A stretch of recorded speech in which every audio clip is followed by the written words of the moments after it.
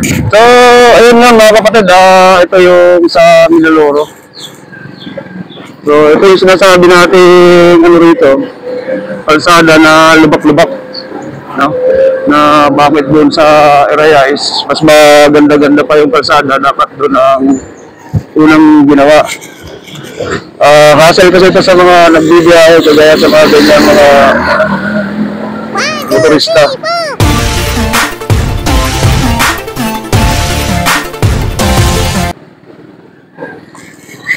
Imbis na ito ang pagandahin, hindi yung doon pa sa walang dumadaan. Bakit nga ba doon ito hindi pa tinatapos? Delikado, madulas. So, napakadelikado dito, lalo tag-ulan. Kung mapapansin nyo, ayan, kagaya niyan. Napakadelikado na kalsada. Solid talaga, kailangan ano nito is dahan-dahan, no? Bakit kasi hindi pa ito natatapos? Tapos doon sa kabila is maganda ang kalsada, wala naman dumadaan pa. Yan. Sobrang pahirap ang kalsada na to. Rough road. Ilang beses na ako umuwi rito, ganito pa rin. Bakit hindi pinagtutuunan ng pansin? Ano?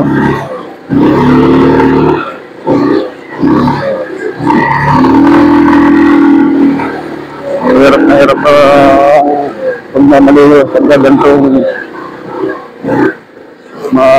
ano ang kalsada. Lalo pagka maulan.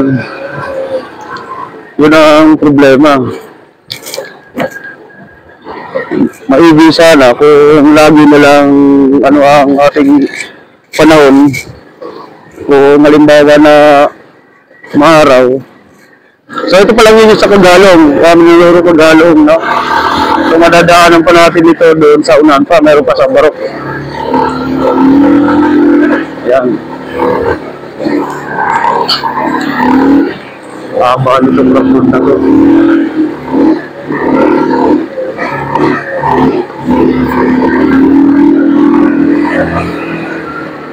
No. So mayroon na naman sana naman ano nila to maayos.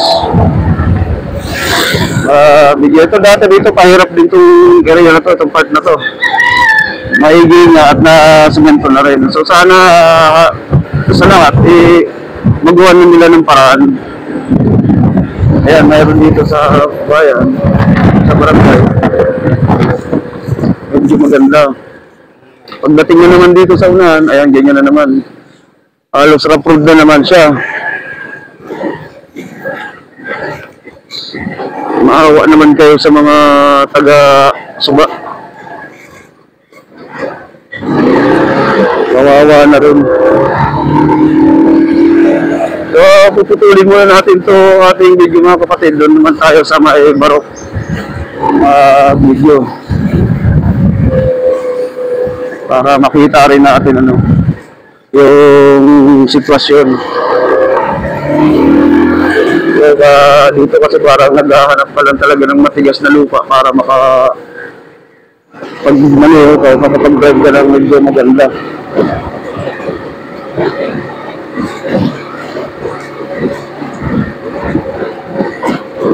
So ayan, akyatin. Maigi nga rin to at simentado na rin.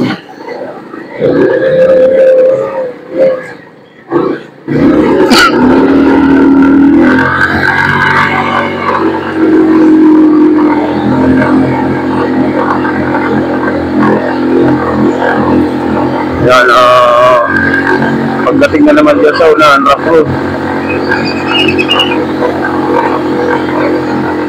Hindi man lang tinapos.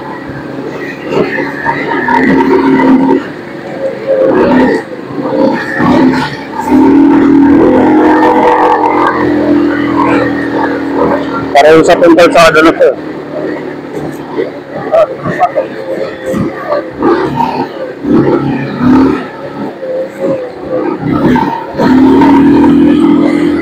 Ayan, parusa.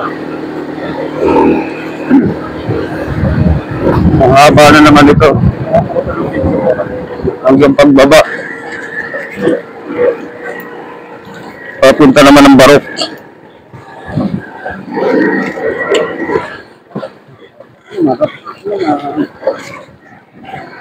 Ang haba ng rough road. Ayun.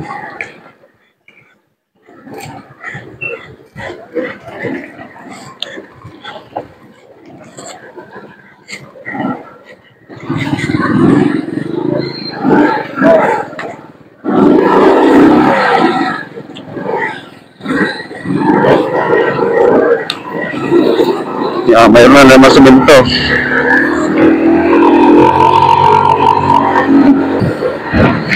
Ayan mga kapatid, ito naman ang Barok. Ayan, ayun akong papunta rin sa barangay. So ito naman ang sitwasyon ng kalsada rito. Excuse me. So tinaasan na. So maganda itong ganito kataas kasi buwaba kasi rito is talagang hindi makakadaan ng mga motor. Pero isa pa rin to sa hindi magandang kalsada. Gawa nga ng rough road pa rin talaga.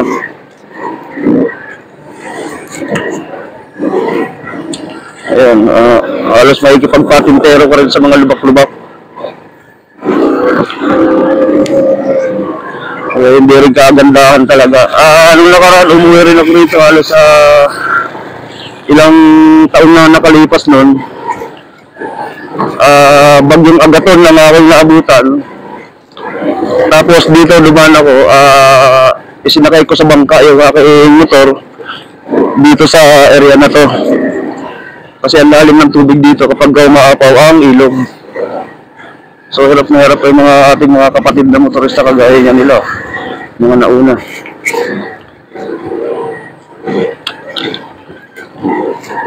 Kaya dapat talaga mapagtuunan din ang pansin, no? I-share natin itong video na ito mga kapatid para at least makita ng pamunuan ng Panabid.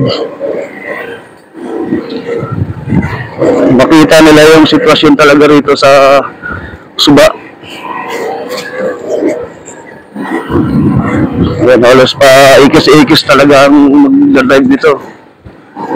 Maghahanap ng maganda-gandang kalsada.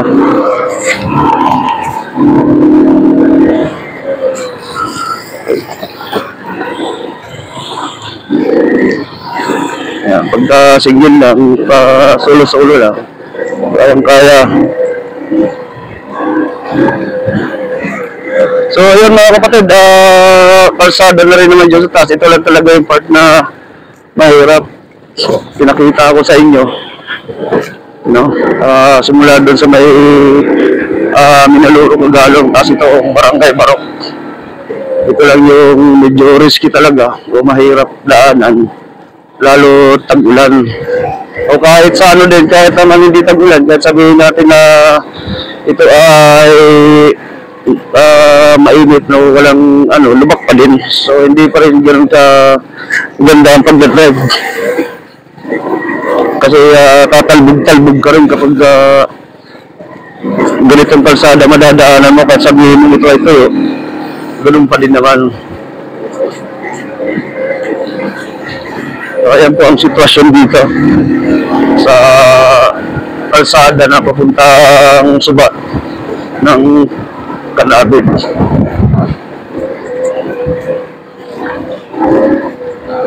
Yan, haba na dito, haba rin ang rough road. Habay. Mahaba pa rin itong rough road na ito hanggang doon sa dulo.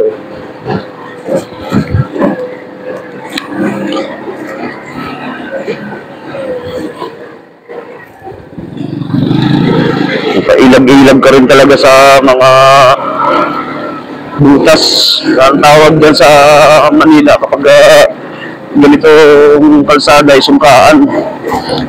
Para ka nagsusumpa ay mga butas.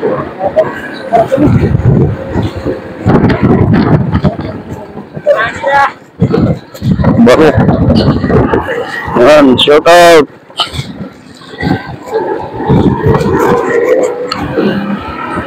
So medyo mahaba na to ng ating nakukuha video simula sa Barok, ano.